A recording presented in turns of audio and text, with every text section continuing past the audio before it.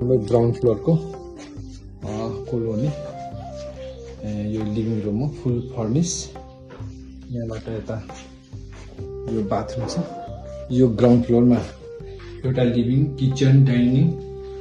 र बाथरुम छ यहाँबाट यस्तो छ यो किचन भइहाल्यो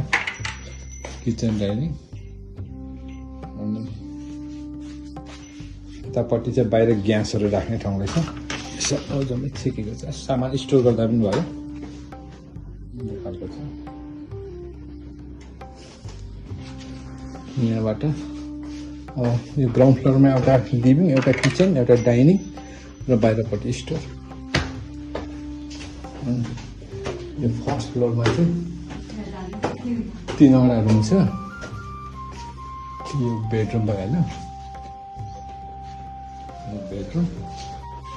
अनि यो बाथरुम भइहाल्यो यो चाहिँ अर्को बेडरुम चालको छ यहाँबाट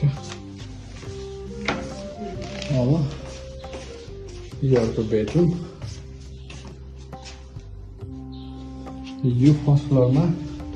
जम्मा 3टा बेडरुम छ अनि यतापट्टि बाल्कनी छ अब माथिल्लो टपमा एउटा रुम अनि एउटा